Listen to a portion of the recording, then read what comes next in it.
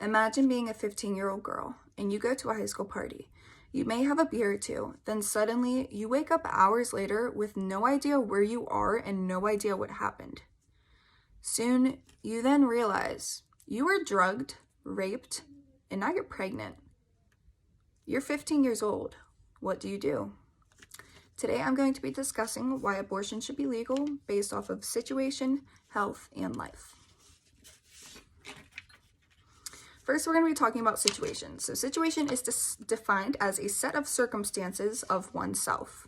So this can range from being all the way to financially unstable and not able to give your baby the life that you would like to when you're ready to invite them into this world, or it can go all the way to the other end of rape and incest cases. It was actually a study done on rape victims. It was found that 59% of them had known their perpetrator, whether that be as friends, acquaintances, they knew them. 34% of rape victims were raped by family members, which would cause the incest cases. 7% of rape victims were raped by strangers that they had never met before or don't know. These are just a few of the reasons why abortion should be legal, but I would like to also mention that abortion should be legal to also avoid the repetition of the foster cycle abuse. So that's another thing that people like to say is put them in foster care. There was a case study done of 155 foster girls, a small percent. It was found that 81% were abused by their foster care placements. And of that 81%, 68% suffered abuse by more than one person. The second topic we're going to talk about is health. Abortions may be medically necessary at times. This can be in cases of renal disease, cardiac disease. If a woman has an ectopic pregnancy, this is when the fetus does not attach into the uterine lining and begin to grow. It actually attaches in the fallopian tubes and begins to grow there. This can be very dangerous for baby and mom. The baby will not live to term, and if it stays in the mother any longer, she will end up passing away from that as well.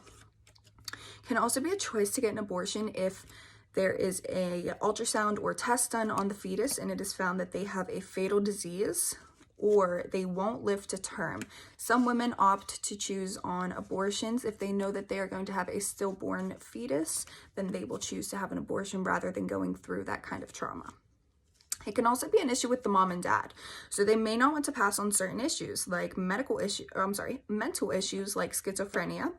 Could also be because they're disabled. It could also be because there are hereditary terminal illnesses that may be passed from mom or dad to baby.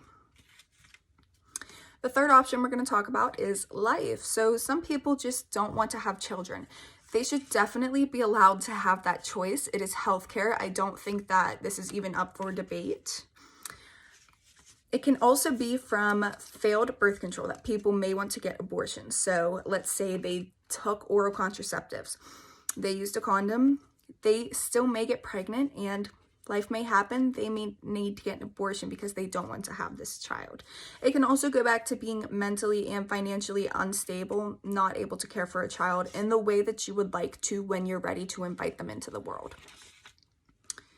However, some people believe abortion is terminating a life and life starts at conception.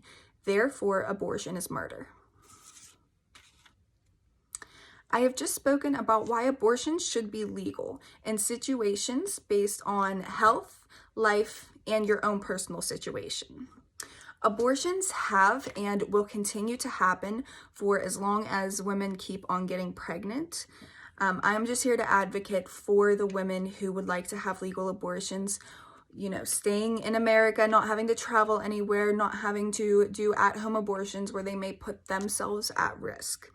So to help keep abortions legal, we can do certain things like donating to charities. The charity that I've chosen to talk about today is going to be Planned Parenthood. So if you go into the Planned Parenthood website and you click on online giving, you can donate to help any woman in need that is not able to pay for her own abortion, and you can help make healthcare affordable to anyone and everyone who needs it. Thank you.